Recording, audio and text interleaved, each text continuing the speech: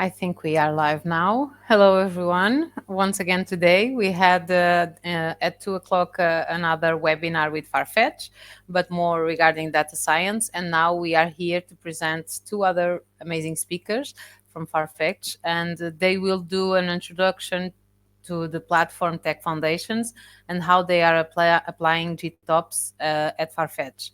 So my name is Christina. I'm the event specialist at Landing.Jobs. Don't be shy, so just say hello in the chat box. And just to make some technical details now, if you want to get as much as you can from this webinar, feel free to do to ask your questions. We have a button where you can click and do your questions. We'll be addressing all of them by the end of the talk. Also, our speakers have two questions for you. So if you could go to the polls, would be amazing. So we could know more about you, basically. Now, presenting our guests, they will give like a 15 to 20-minute presentation on what they are and what they are doing at Farfetch. Bruno Teixeira is Senior Infrastructure Engineer, and Luis Parada is Head of Engineering. And so I think we'll start with Luis Parada. Please welcome them and feel free to start. I will be back soon, okay? Hi, everyone. Thank you. Let me just start by congratulating Bruno for his promotion to principal engineer. Things have changed since we've sent the image. Let me just see where I can share. Sorry about this. This was it. Can you see my screen? It's the typical question of remote work. Yeah. All right, cool. All right. So thank you, Christina and Landing.Jobs for the opportunity to share a bit more about Farfetch and a bit more about Platform Tech Foundations. So the agenda here is quite straightforward. My name is Luis Parada. I'm Head of Engineering at Farfetch. I'm going to give you a brief overview of Platform Tech Foundations for about 20 minutes. Bruno, who's Principal Engineer, is going to give a demo on GitOps and how it's changing the way that we do things at Farfetch. It's going to take about 25, and then we're going to hold a Q&A session for about 15 at the end. All right, Farfetch. So what is Farfetch? Farfetch is the global online luxury fashion platform. This is the #1. We have over 1,400 luxury sellers, 3.7 million active consumers. I always underline the word active. And in 2021, we did $4.2 billion in gross merchandise value. So we were founded in 2007. We currently have over 6,000 Farfetchers, and we are spread across 14 offices worldwide. So this is a brief overview of what we do. It's a marketplace, and we have a platform that serves luxury items. So this is the one to retain. So Platform Tech Foundations, what we do here, we focused a lot on the foundations of the platform. We focus on the developer's journey from code all the way to production, and the scalability and observability of the Farfetch platform. We do that so we can make the platform resilient and able to withstand growing business requirements. So our area has 33 Farfetchers right now, spread across 5 teams. So where in the world are you based? Okay, that's all right. That's another question for the chat. All right. So if you go into your browser and type farfetch.com or into your cell phone and open the Farfetch app, what you're going to do is it's going to contact our public APIs, our Farfetch platform. That by itself is going to contact our internal APIs, so our Farfetch internal services that uses a microservice architecture. And we stand below. So we deliver a one pipeline and an observability solution. And for the sake of making sense, we then use infrastructure as a service. We talk to network, data stores, etc. So the purpose here from my end is to focus a lot on one pipeline and to focus on observability. Cool. So one pipeline. The whole idea is to provide a single solution to manage code and services from the developer's machine all the way to the scalability of these services on the Farfetch platform, going through a testing platform to increase the quality of our deliveries. This has three pillars. We have pipeline, testing, and scaling. So pipeline, CI/CD, testing to ensure the quality, and scaling to ensure that the platform is ready to withstand those business requirements that I was speaking before. All right, so double clicking on each one, we start with pipeline. And the whole idea with this pipeline is to empower our developers and partners to boost the software development lifecycle efficiency. This is giving them a CI/CD pipeline that relies on standards and guidelines, promotes automation and team independence. We do this by 3 steps. So you do a build-in test. The developers do a build-in test. This generates a local image that then goes through a compliance pipeline that runs non-functional requirements. This is based because Farfetch has a lot of security guidelines and CD compliance and all that. So we do security analysis on your code, we do code quality, and then we go to a publish part where we publish this last image, this validated image, into our stable registry. This is then accessible from our deployment systems to then put the system in production. Testing. The whole idea with testing is twofold. So first is to reduce incidents triggered by code faults, and we do this by strengthening the relationship between services through contacts. So going to an example, let's say that you have microservice system, right? And you introduce a change, you deploy a change that actually breaks a contract. So a contract is how other services expect that you reply. So you have a schema associated with that. When you deploy the change, those immediate services, the ones that depend on you, start getting errors. And what happens next is the services, they're your secondary ones. So the services that depend on the services that depend on you also get errors. And this is a snowball effect. Before you notice, you have a big chunk of the platform with errors. The whole idea here is to reduce these kinds of incidents. So by creating guidelines, best practices, and tools that's going to enforce these kind of relationships. Then another of our goals is to help partners and developers test their features, getting them better tools for that. So allowing more in-depth interactions with our platform, like with hackathons, demo versions, etc. All right.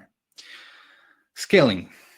This is a cool one. So our platform, the whole idea is that it's a big platform, online sales. And I don't know if you've noticed, but in the past 2 years, online sales have increased a little bit. So we had to withstand those fluctuations in traffic. We do that by allowing autoscaling. We have a bunch of features like vertical autoscaling, horizontal autoscaling based on CPU, memory, and custom metrics, multiple deployment capabilities, compliance with PCI/CDE, disaster recovery, high availability, and autosync with GitOps. A bunch of features, right? But I want you to focus on these 2 things. To me, they're really, really important, which are the basis of our traffic and how our traffic fluctuates.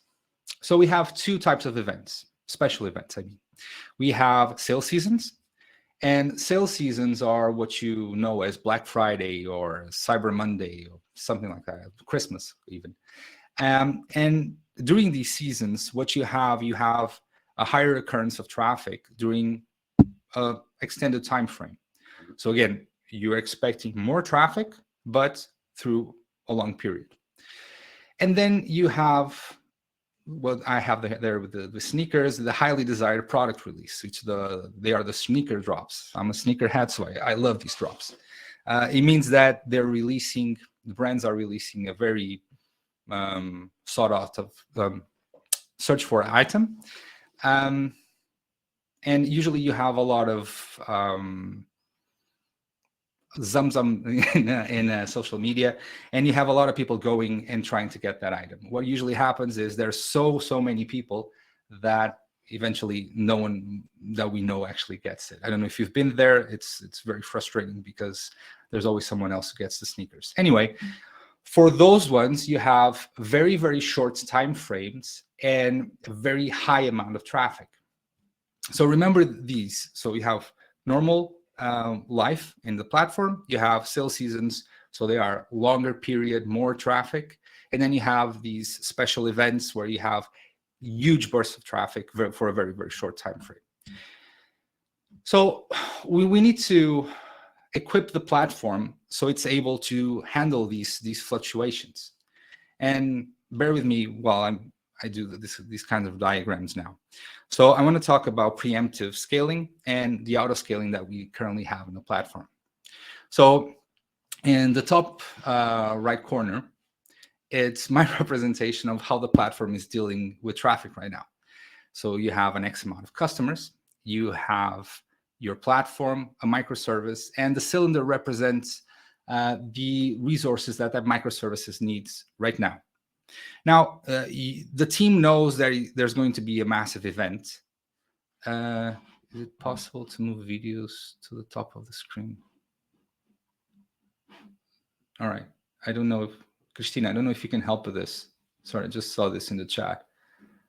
All right. Cool.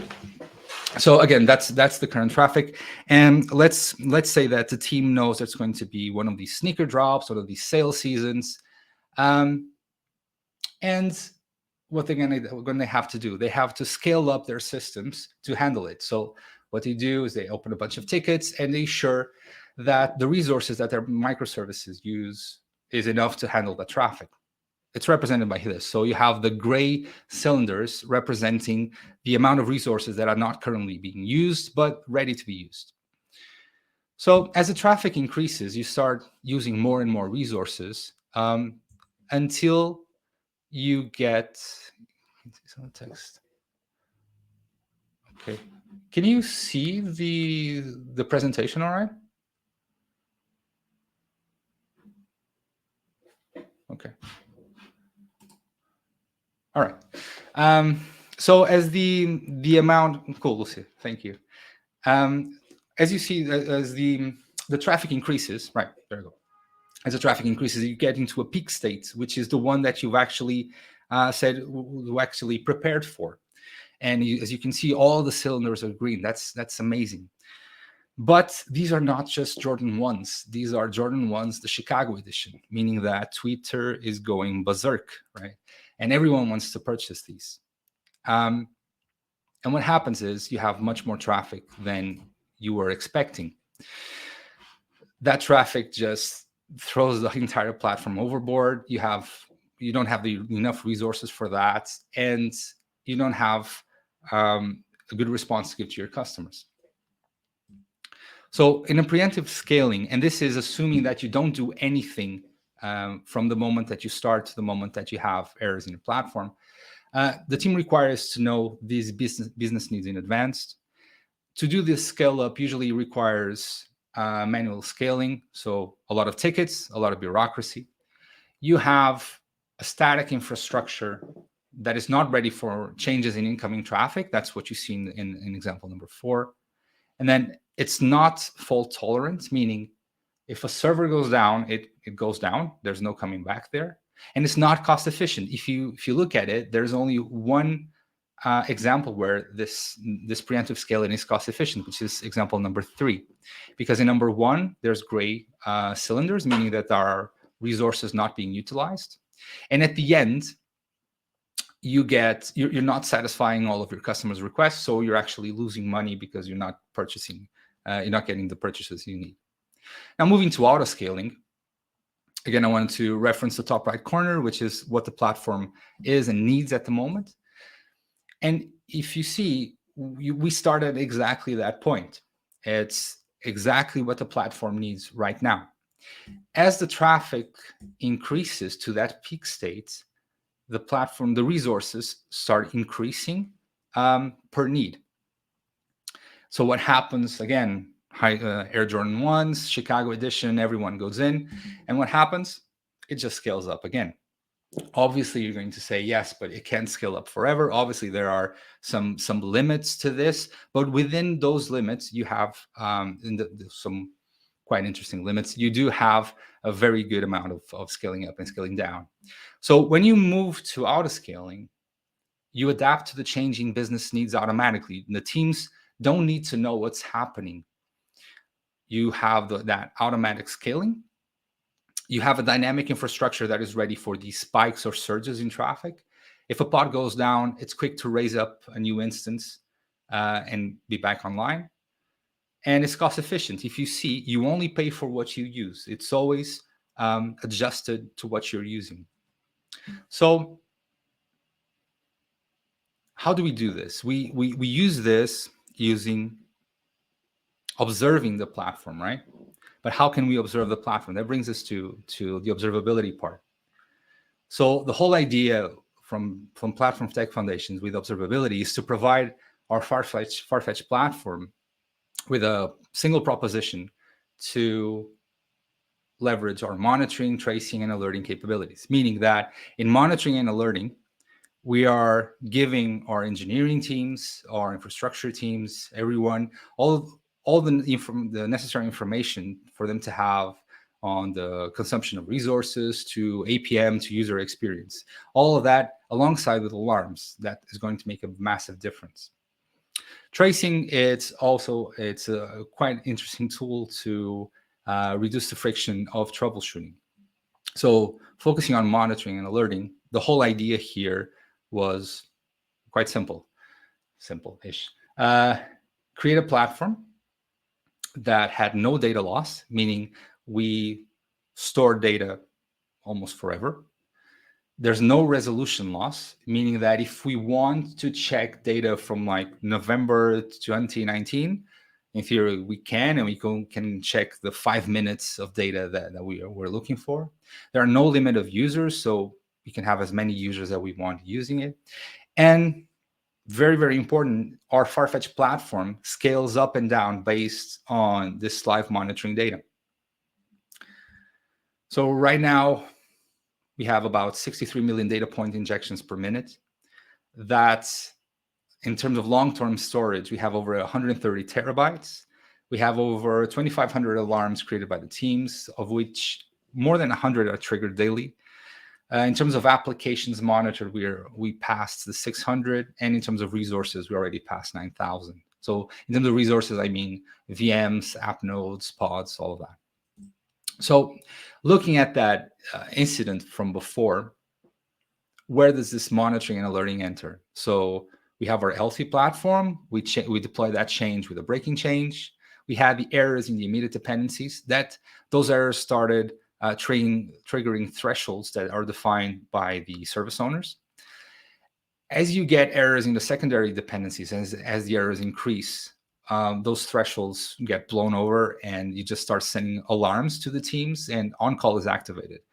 From that point, you get service management getting in and starting an incident and going through this whole service management incident response scenario. That then you generate a fix in the main service, and then the errors dissipate until you get a platform healthy again. But everything, one of the most important parts here was that the alarms were sent in the middle of the night and the on-call was activated. You don't need a manual person always looking at the platform to see what's happening. You have that automatically. Finally, the tracing, which gets me to the troubleshooting part. It's basically a way to map and understand how a request, the journey of a request in our platform. So tracing is not by itself monitoring solutions, more of a statistic exploration, because it doesn't look at every request, but only a percentage. And for the duration of the request, it exposes everything that the request does. So bear with me with these diagrams, but the whole idea here is, let's say you have a request that goes through a bunch of microservices, it goes through a message queue, goes to data store, and comes back. The trace, which is this orange part, so you have one trace that is split for a bunch of spans, right? And you get all the information how it's spending its lifetime. At Farfetch, we have about 8.6 million traces a day.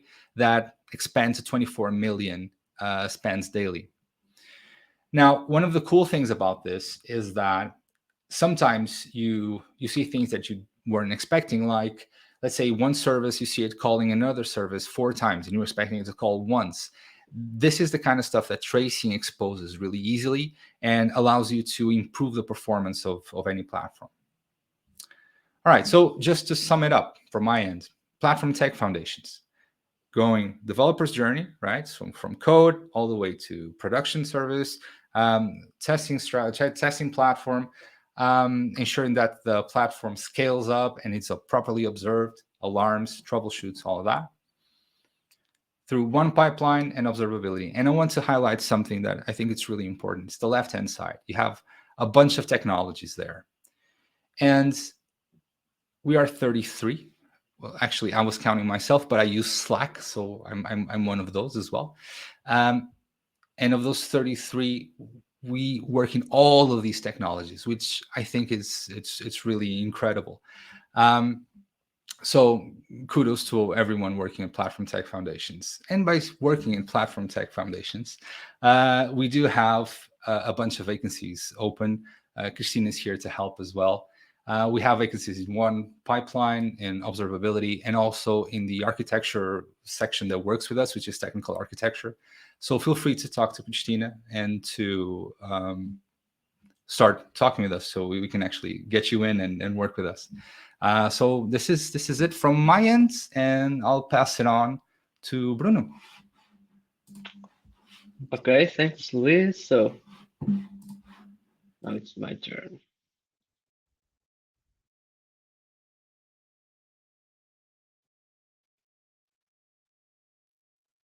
So as is traditional, can you see my screen?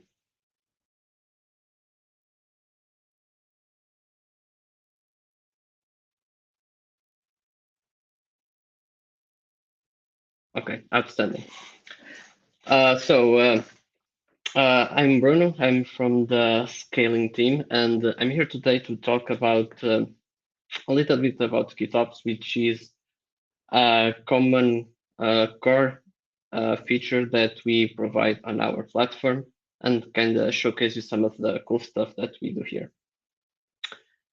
Now, as a starting point for this presentation, I do usually do some kind of bad joke about GitOps being a buzzword, but since I'm pretty sure only Luis would laugh, or hopefully he would, I'm just gonna skip it and dive right in. So GitOps comes in the traditional sense that if we took a look at the past, traditional applications have a pretty well-defined life cycle in the sense that you have code that lives in source control, and then you have some kind of automation that compiles, builds, packages, and then deploys it to production. And while this application lifecycle has always been pretty well delivered, the same principles were never really applied on the side of infrastructure automation. So it always lagged behind a little bit. So the core concept of this GitOps approach was to apply those principles into infrastructure side. So if we take a look at those principles, we can say that we have a desired state that's stored usually in source control. We have the changes being done in the sense of a merge request or a pull request that gets peer reviewed, validated, tested before it's actually accepted into the main branch. And then we have some kind of automation that takes that desired state and then applies it to a target system. So that's why we can usually say that GitOps is a combination of declarative state plus automation plus merge requests. Now, while I still joke around a little bit about buzzwords and whatnot, GitOps, it's not really on the bleeding edge. It's not a new framework, and it has already been around for a couple of years at this point. And if we look at the GitOps framework, there are essentially two methodologies of working with it. We have the old reliable way, which is what we call the push methodology, in the sense that you have your desired state in source control, usually Git, right?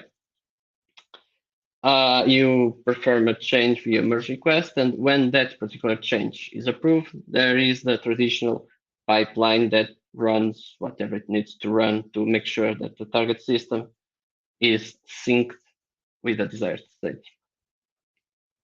So in this traditional approach, it's relatively simplistic, it's reliable, and since it already has some years of history, there is already a bunch of tooling that allows for a lot of flexibility. However, a recent shift in the dynamic of the open source community, and not strictly caused by Kubernetes, but I believe it was certainly influenced by it.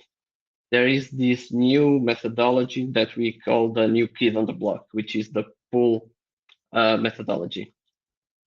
And in this new dynamic, we essentially shift this pipeline to live usually together with the target system. So in this pull methodology, we have what we can call a GitOps agent that is constantly checking the desired state that is on source control against the observed state of the per target system. And any time there is a new change, any drift that is detected, it gets, well, within reason, immediately reconciled. So this new methodology does gives us a lot more speed, it's usually more secure as this reconciliation lives together with the target system, and it does offer us this quick reconciliation. Now, if we look at the community as a whole, and we will be focusing a little bit more on the pool architecture. There is essentially two major players on the open community, which is Argo CD and Flux from Weaveworks. And what these two major players realized is that the common functionality that they offer in the sense of a GitOps engine is the same. The same core reconciliation loops and the same difference management between the observed system and the desired system.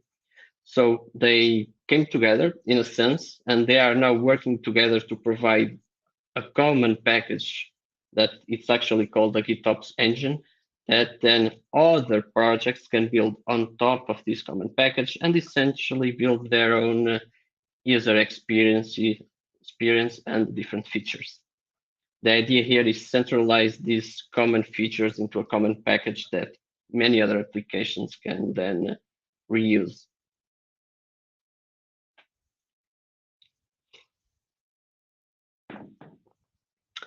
Now, if we focus a little bit in our ecosystem, in Farfetch in particular, we make extensive use of Argo CD in particular. We have been using Argo for 2 years plus at this point, I believe. And Argo CD itself is a relatively new project. I believe it's around 3 years old at this point. However, it's already an incubating CNCF project, and it does have a very large community backing this project with more than 600 contributors and so on. And with this large amount of community behind it and this level of adoption, not only do we get the benefits of having a very popular and well-maintained GitOps engine, but we are now seeing some additional tools being added to the ecosystem that can now actually enhance the developer experience of the platform, like workflows, rollouts, and Argo extensions. Now, I'm not sure if everyone can actually see the video playing. I hope so. So in this particular exercise, let's say a very vicious attacker on the left has somehow gained access to a particular namespace. And as part of his attack vector, he decided to delete all network policies. So if you guys don't know network policies, you can equate them to firewall rules. So you can see that on the left, the attacker is about to delete all the network policies. Done in an instant. And on the right, you can see that the system automatically detects this drift, and within seconds, it will reconcile all the network policies back into place. So hopefully this can showcase the power of reconciliation that a tool like this can offer.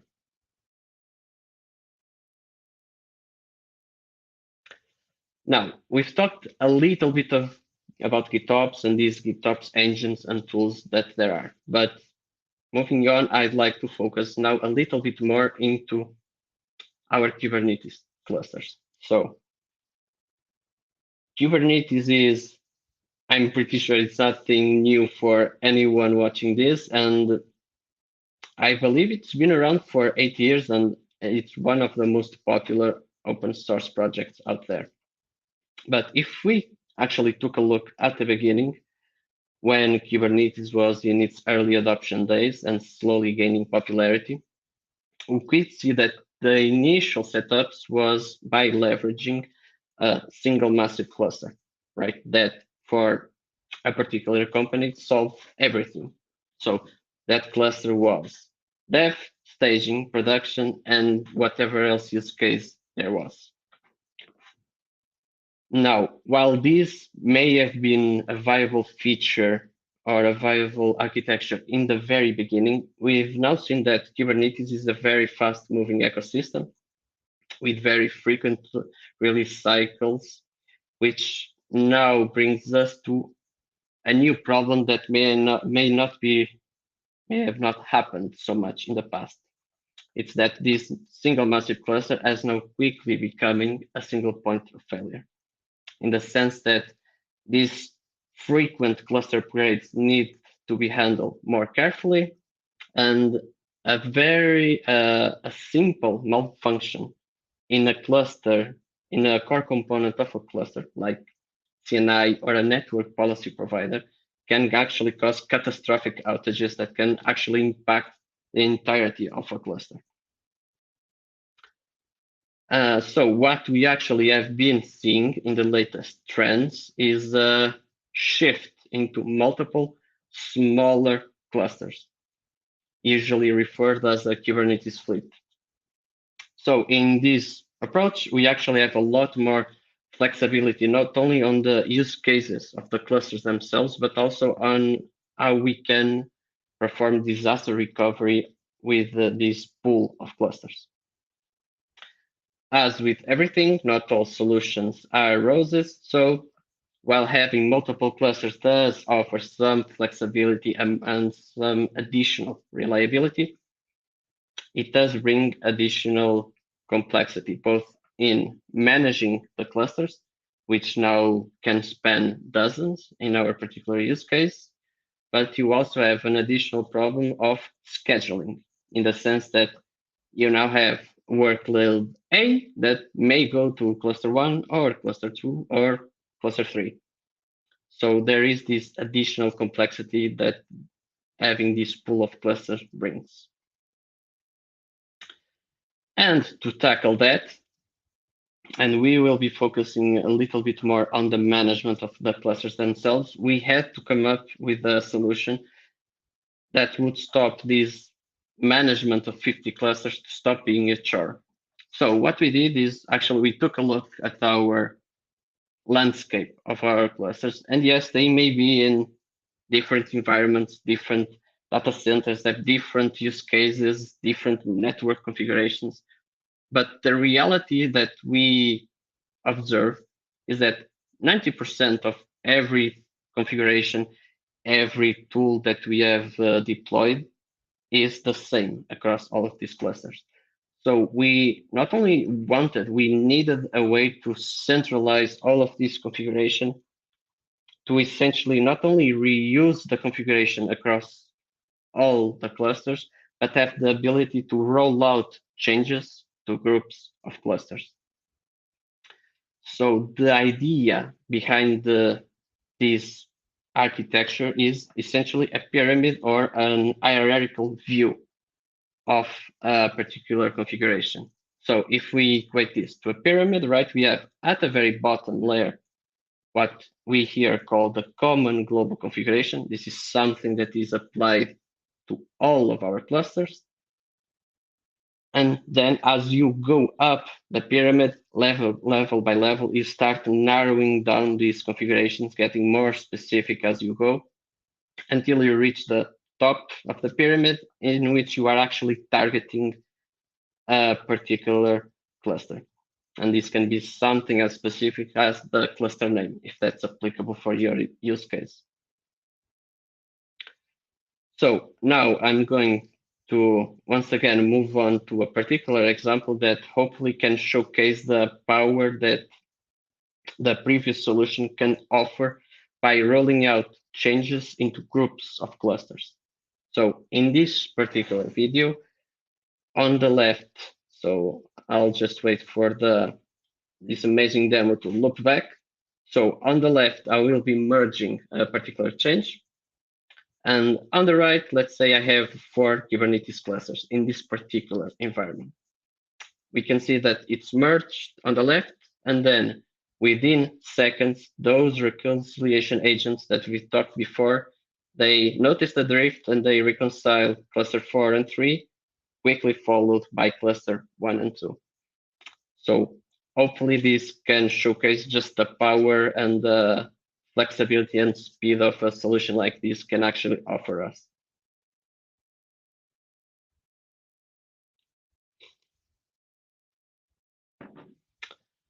Now, GitOps, it's an amazing framework. We have a solution to manage hundreds of clusters, let's say, but we still have a very big mountain to conquer. Okay, and this is secret management.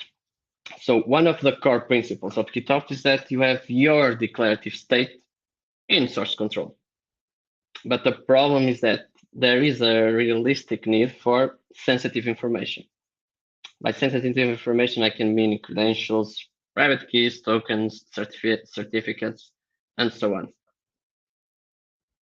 And let's say usually you do not want sensitive information in source control, as it's not a tool that was designed for it. And if you take a look at the open source community, there are some solutions that actually store this sensitive information as encrypted secrets in Git or in source control, sorry. But that does bring some limitations in terms of managing the content or evicting the content should it ever get leaked. So we had to find a solution that would allow us not to have these declarative secrets without compromising the fundamentals of the GitOps framework. Now, it's an easy step to take a look at the community and see that there already are tools, both cloud-based and for third-party providers, that handle all this sensitive information. So for cloud-based examples, you have your Azure Key Vault, AWS Secret Manager, and GCP as a solution with a similar name. And for cloud agnostic side, there is plenty of solutions, with HashiCorp Vault being a very big player in this area. So the idea here is we decouple these declarative secrets and we move the storing and managing of their content to these secret providers. These tools work initially and were initially designed to handle all of these scenarios.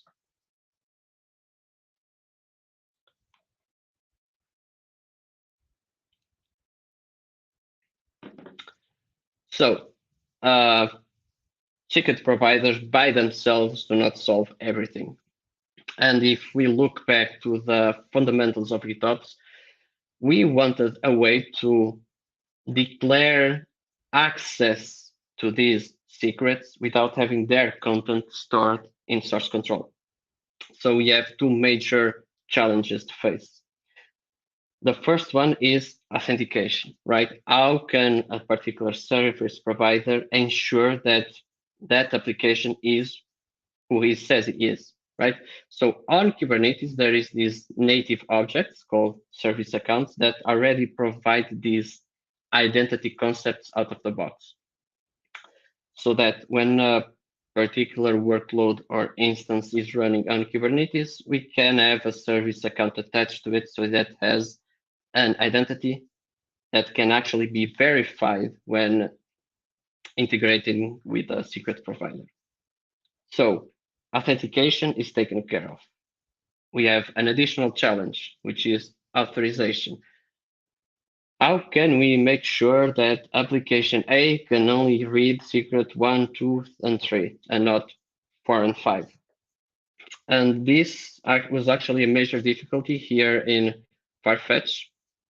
Oh, apologize, here at Farfetch. And actually, like Luis mentioned on his slides, our landscape is full of different tools, different use cases, and realistically, we scoured the open community, but we actually did not find a solution that actually took care of all of our use cases.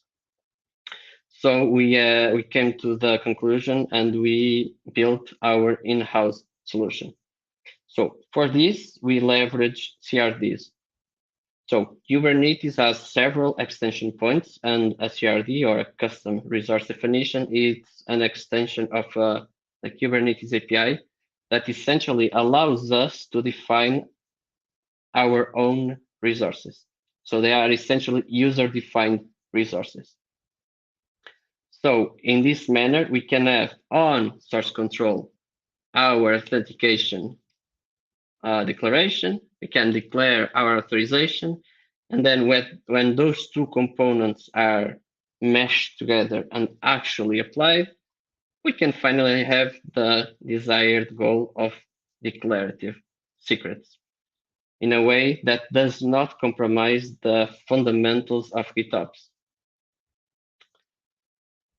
And now, just before I actually do play the final demo, just a bit of context on this setup. Now that we had GitOps, a solution for managing multiple clusters, a solution for declarative secrets, a little bit of sacrificial magic, and a pact with the devil, we came to this conclusion. So in this demo, we have a very basic Kubernetes cluster, right? Let's call it a vanilla one with no extra tooling or configuration. On top of it, we have deployed the core GitOps engine, or the core GitOps agent that I refer in the very beginning. And then we just point that agent to source control. And we just essentially hit run. Hopefully you can see the video play out okay and it's not too laggy. But the idea here is that this small reference to source control, it's the initial trigger. It detects the drift between the current system and the desired state, and it starts syncing, deploying, and installing all the required tooling, almost like branching out on a tree as dependencies pull on their dependencies, and everything gets configured. And I'm having some issues playing the video because it keeps freezing. Let me give it another shot. Fingers crossed, everything looks okay. And then it stopped again.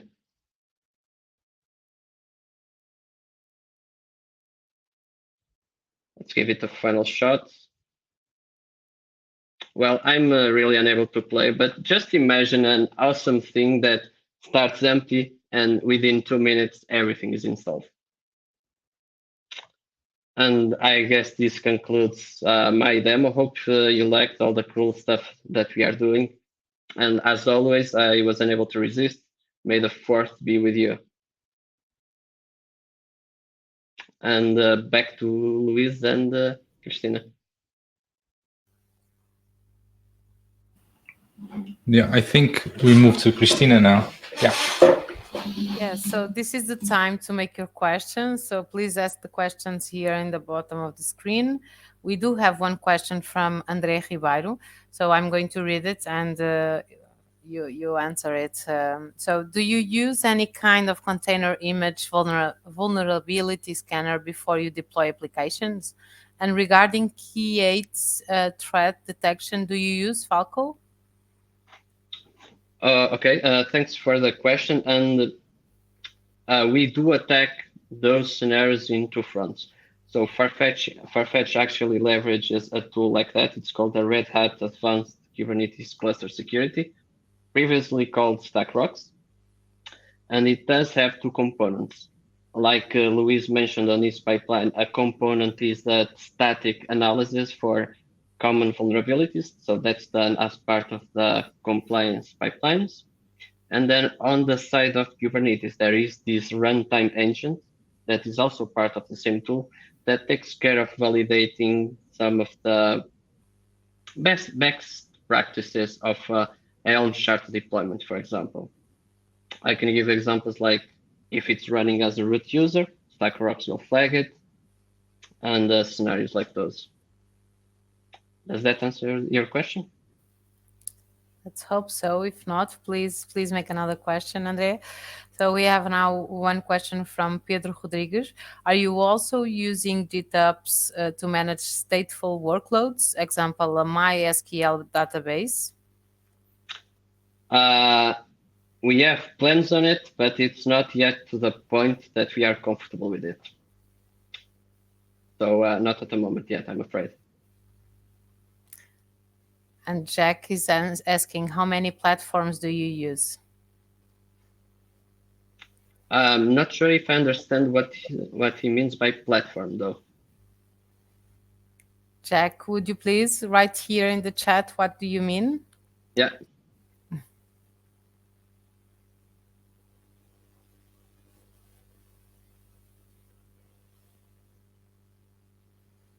Let's just wait a few more minutes to see if anyone has any other questions. By the way, I don't know between Christine and Luis while we were waiting if the last video played okay. It was a bit janky, to be honest. Yeah, it was freezing. Yeah, on second 8, yeah, okay. something like that. If you want, Bruno, you can share it here as well, the video. I don't know if you have it in a YouTube link or something, but if you have it, just actually it was just attached to the demo, so I don't have it publicly available. Yeah, okay. So let's look a bit here to the pools. So we do have a lot of people with experience in Kubernetes. So 70% of the attendees. No one with observability, and 3 with CI/CD pipelines. And regarding the question of did GitOps ever solve the particular problem for you? Yeah, like 80% said yes. So they are familiar with it. Well, it's good. Yeah. Please go. No. I was just mentioning that it's good and it shows the adoption and the strength of the community behind these open source tools and ideas. Yeah, that's it. Okay, so I think we're done. Thank you so much, Bruno and Luis. Farfetch, just to the attendees, Farfetch is hiring, as you may know already. They are looking for new talented professionals to join their teams. So check here the green button if you want to check the positions. It was really interesting. Thank you so much for your presentation and for sharing your knowledge with us. And see you soon, all of you. And thank you for being with Landing.Jobs as well. No problem. Thank you. Good to be here. Let's wait a second. I think we have here another question. Oh, yeah. Well, we were wrapping up, but as I saw it, let's see if we can answer this one too. No problem, Andre. Regarding service mesh technologies, do you use Istio? I don't know if it's the right way to say it. If so, how is it going on that experience? So Istio, right? Is it? Istio or Istio? Istio. I don't think even the community came to a conclusion on how to pronounce it. And service mesh is a very big decision that we are currently deciding on, and we are treading very carefully to make the best choice that we can. But at the moment, we are not using Istio or Istio. Okay. Andre, if you have any more questions, we are about to finish, so please be quick. Yeah, you're done. Okay. Okay, thank you so much. So, for the ones that didn't had the opportunity to be live, you may watch the recording as well using the same link. Thank you, and see you soon. Bye, guys. Bye.